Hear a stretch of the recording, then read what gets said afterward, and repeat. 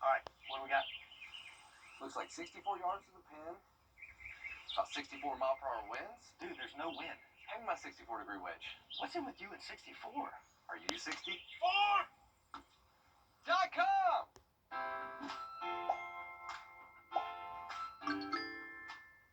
You can find ice-cold refreshment right here at Parker's Kitchen. Cool off with a large fountain or frozen drink for just 79 cents. Only at Parker's Kitchen. Live from Augusta, you're watching News 12 at 6 o'clock. Well, Georgia's military community is shaken but standing strong after an active duty soldier reportedly opened fire on his fellow soldiers. Thanks for joining us. I'm Wrdw. And I'm Zana Halliburton. Just in the last couple of... Switching gears to weather now, because while first alert has been lifted, areas like Stevens Creek are still facing issues from all that flash flooding. Absolutely. Your first alert chief meteorologist Riley Hale joins us from the Weather Center. Riley, with the latest. Yeah, those water levels continue to go down at Stevens Creek. It crested last night just under 28 feet. Water levels right now along the creek are about 24 feet, so it's gone down some, but it is still well above flood stage. That's why this flood warning does continue for areas along Stevens Creek and McCormick, Edgefield, and all the way down towards the Savannah River, bordering there the Columbia and Edgefield County. So make sure you're staying away from any spots that continue to see flooding from this. Right now, the official warning does go out until tomorrow night, but I would imagine the latest, the latest forecast does call for this to get below flood stage as we head into much later tonight, most likely after midnight. Luckily, not much rain falling to ramp up those water levels. Generally, just cloudy skies across most of the region. And if you are heading out tonight, not really expecting much rain, so a good night for the Green Jackets. Finally, that's going to be a 7:05 first pitch. It's Warrior Wednesday, so veterans can get a couple dollar discount off their ticket price. And just going to hang on to mostly cloudy skies, and temperatures will be falling off into the 70s. Heading into tomorrow, once again, not expecting a ton of rain, so generally dry a good portion of our Thursday. But as we get later into the work week, especially into the weekend, those rain chances do start to ramp back up. But luckily, with the increase in rain chances, we're not necessarily increasing our high temperatures all too much. Average high this time of year, 94 degrees. We're going to be more than 10 degrees below that tomorrow and only increase those highs into the mid-80s all the way through the weekend. We'll have a closer look at those rain chances for the weekend in just a bit. Thanks, Riley. Flood warnings continue over at Stevens Creek and Modoc this evening. The normally 2-foot deep creek peaked at nearly 28 feet last night, almost reaching major flooding stage. As of this evening, it's slowly dropping and sits at around 20 feet, still high enough to threaten nearby roads and bridges. This is video taken from our Sky 12 drone earlier today. The National Weather Service has a flood warning for the Key Road and Martintown Road area from Plum Branch all the way to Evans. That'll be in effect until at least tomorrow afternoon. An update to a North Augusta case brings more questions than answers. Yesterday evening, we broke the news live on air that Susan Rhodes, who went missing nearly 2 months ago, was found safe and alive. You should remember her face. It was plastered everywhere after authorities said she went missing right after a car crash on June 11th. Reports said that she wandered into the woods alongside Gregory Lake Road and might have been having some sort of medical episode. Within hours, a huge search was underway, including local and state law enforcement, though they found nothing. There was no new information for weeks until yesterday, when North Augusta police say that they got a call that she was back at her home. Now, they arrived, confirmed she was there, and then they say she began suffering from an unknown medical condition. She's currently in the hospital, and we're working to learn her condition. As far as where Rhodes has been the last several weeks, we don't know. We're requesting all the files associated with her case in hopes of finding some answers. Augusta University could see a 10th year of record enrollment. As we wait to get the final enrollment numbers, new students are already starting to move into their dorms ahead of the fall semester, which starts on Monday. Your Audrey Dickherber has what's in store for the new semester. AU is growing both in enrollment and what the school has to offer, bringing in and keeping more students right here in Augusta. Numbers and energy at AU are trending up. And more than 12,000 students will be saying that this fall, a record-breaking number. After more than 22,000 people applied to AU for the fall, an 85% increase in the last 5 years. Record enrollment also means we've got more faculty, more new staff here that are not only new to Augusta University, but new to our community. And we're just extraordinarily excited about what the year holds for us. Bringing in students and staff from all over. About 10 years ago, we have maybe 70+% of our students from the Augusta area. Now we've got at least 50% of our students come from the Atlanta metro area and beyond, and so we're really serving the entire state. Who come to AU for a variety of reasons. I honestly think it's the medical program, because you see people that graduate from Georgia and Georgia Southern and places like that are from here, and they come back here to do the medical program. As well as the campus and the community. I agree with him, and I also think if you look around and look at the campus, it's a beautiful place. It's a little small, but it's also big. It feels big. It's has a good community, has a good vibe, and so I think people come here and they fall in love with it and they want to stay. Helping grow the city and the university, and AU is keeping up with the growth, renovating and updating buildings, adding a new parking deck, and plans for a new 150,000 square foot research building. But their schools are also expanding with both students and staff. In many ways, we're just getting started with the programs that we're offering, with the experience that we're able to provide for our students.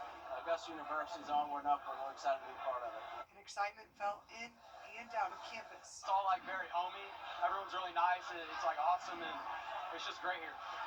And their goal is to have 16,000 students by 2030. Reporting in Augusta, Wrdw on your side. And we're wishing all those students a good year back. Thanks, Audrey. Intervene and speak up without fear of retaliation. That's the message the Richmond County Sheriff hopes his men and women in blue learn from their training today to become an ABLE certified agency. Your senior investigative reporter Liz Owens attended the training today. Liz, walk us through why this training is so important. Well, the sheriff is also enacting an anti-retaliation policy to protect his brothers and sisters in blue. It's an all too familiar story. Richmond County Sheriff's Office says a deputy previously on non-paid administrative leave has been fired from the staff. That's made headlines over Richmond County deputy is fired and then arrested. and over again this year. Richmond County, as a jailer, has been arrested after he allegedly used a taser on an inmate. We don't want reportable things. We don't want deputies charged for stuff that they do. We don't want them let go from their jobs. The Richmond County Sheriff's Office is actively working to change that. You know, I wouldn't be teaching this if I didn't really believe in this. Active bystandership for law enforcement training, or ABLE. Basically giving someone the tools and the knowledge to intervene in certain situations, so we don't have a George Floyd or certain situations like that. We met now Richmond County Chief Deputy Robert Sams back in 2022. Yes, my thought process was definitely different after going through it. When he went through the ABLE program for I've the had first someone time come up with to the me marshal's in the office. past. How so? Well, sometimes when you're new in this business and you have a senior deputy, and you tend to think that they know what they're talking about.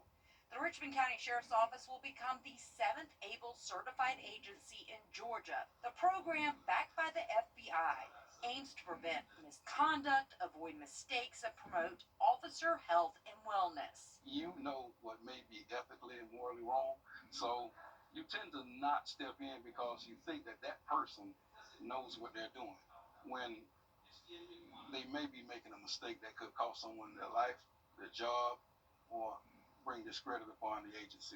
Law enforcement isn't just ethically and morally obligated to intervene, but legally. I was sitting in there, the instructor was talking a little bit about, and asking people why maybe you don't interfere. And, I think, a lot of the answers were the fear of retaliation.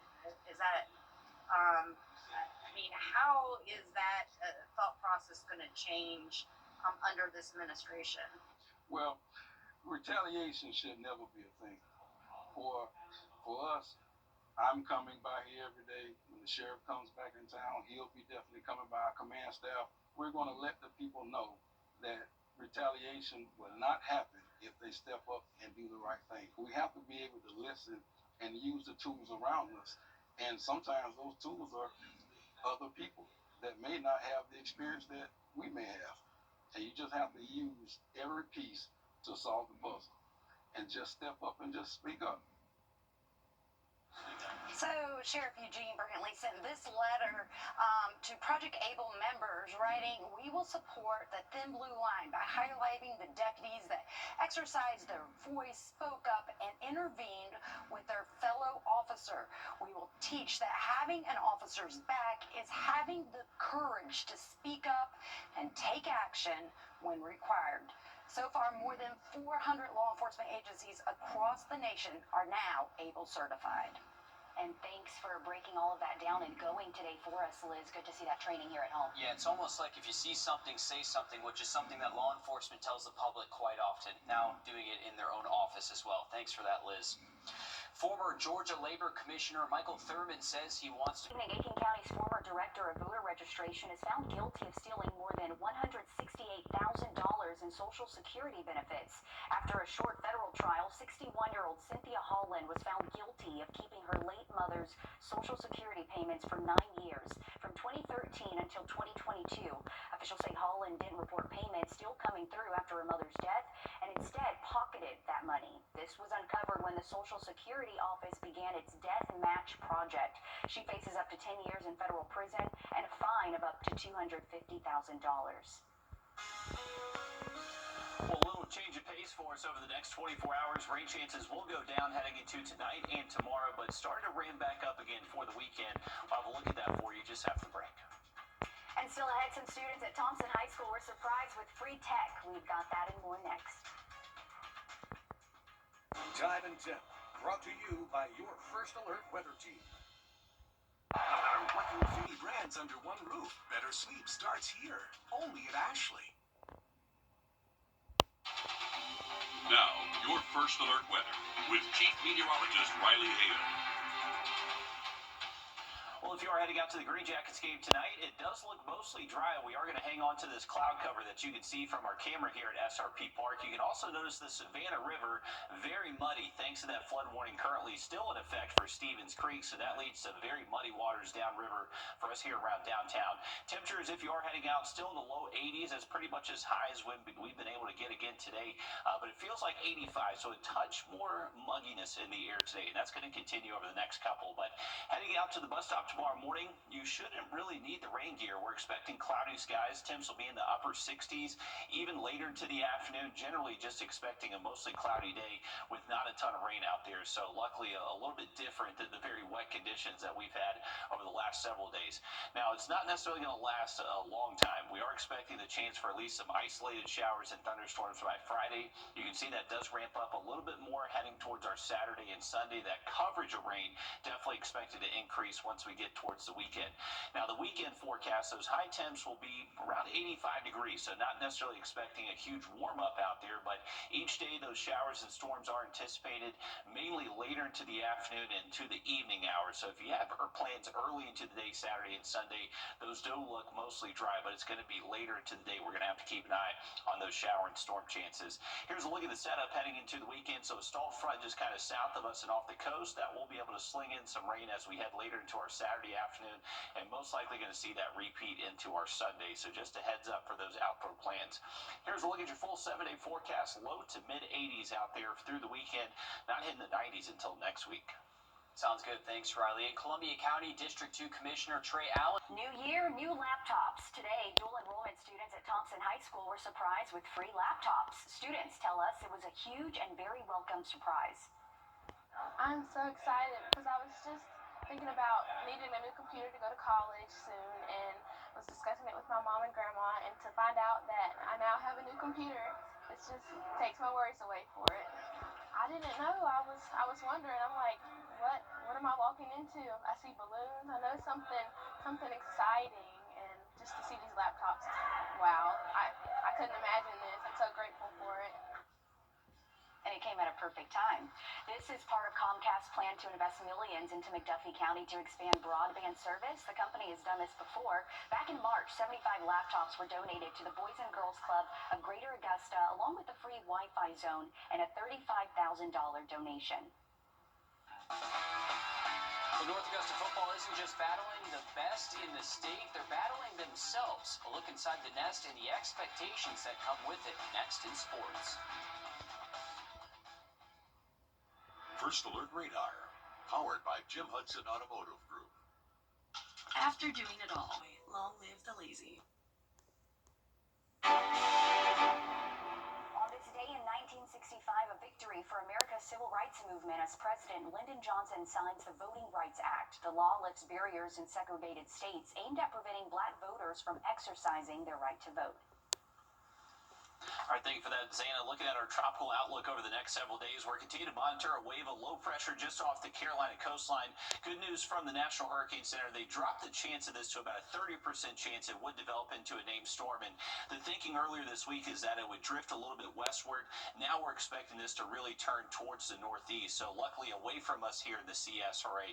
We are also keeping an eye on this wave way out in the middle of the Atlantic. This has a much higher chance of developing into our next system.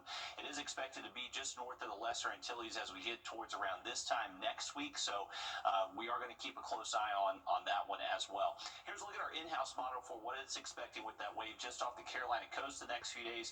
There's a jump ahead to Thursday afternoon, still well off the coastline of South Carolina. It continues to move off towards the northeast and luckily away from land from what it looks like with our latest model guidance here. Now, as our forecast develops into the weekend, we are expecting those high temps to stay in the mid-80s, several degrees below average, but each afternoon we'll have that threat for a hit or miss shower storm. On Your Sideline, sponsored by Chandler Law Firm.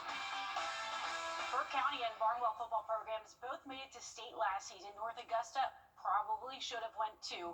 They had the pieces, the momentum, they were healthy, and it fell apart for them in the semifinals. Now that they know what it feels like, your favorite meal, they want to taste it just again. The Jackets lost 26 seniors, many of them an important piece of their 11 straight win, 7-game win streak at home. In 2 years of the Bush era, the Jackets were able to create a winning space off of Martintown Road. It took Dan Pippen double the time to do that, but with expectation comes a weight, a need to live up and exceed.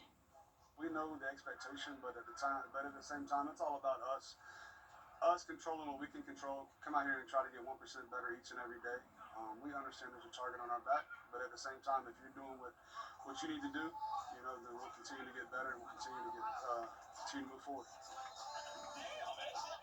Well, they do have a couple of returners. They didn't lose key producers in running back Mike Joe, nor the guys up front like Malcolm Gaston and turnover duo Dante Bell and Zeddy Tillman. So a lot of guys back, even though they lost more than half their roster. All right, thanks for that, Alyssa. Looking at our 3-degree guarantee brought to you by Tub Doctor. Our forecast 83, actual high 82, so $50 more heading towards the Drew Passmore Battle One Foundation. Another quick look at your 7-day just after the break.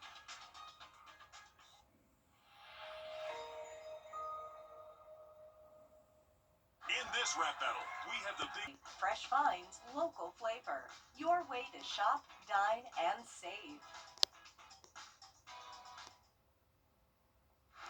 Welcome back in, folks. A live look over the Thurman Dam. It's a little bit nicer out there for our Wednesday afternoon if you are up at the lake, and maybe you're heading there over the next couple of days. The forecast does look decent for you, much drier than what we've seen over the last couple of days.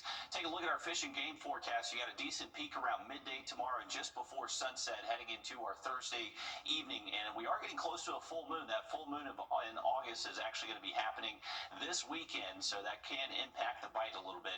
Take a look at the lake outlook for the next couple of days. Generally just cloudy skies up there and another relatively cool day. Those high temps only in the upper 70s.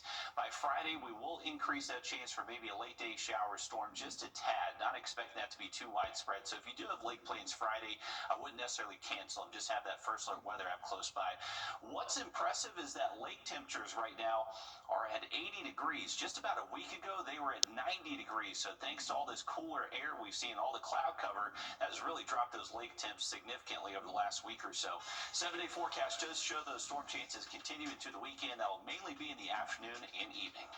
Thanks, Riley. We're back live on 26 News at 7. And for News 12 at 10 and 11 o'clock. Thanks for watching.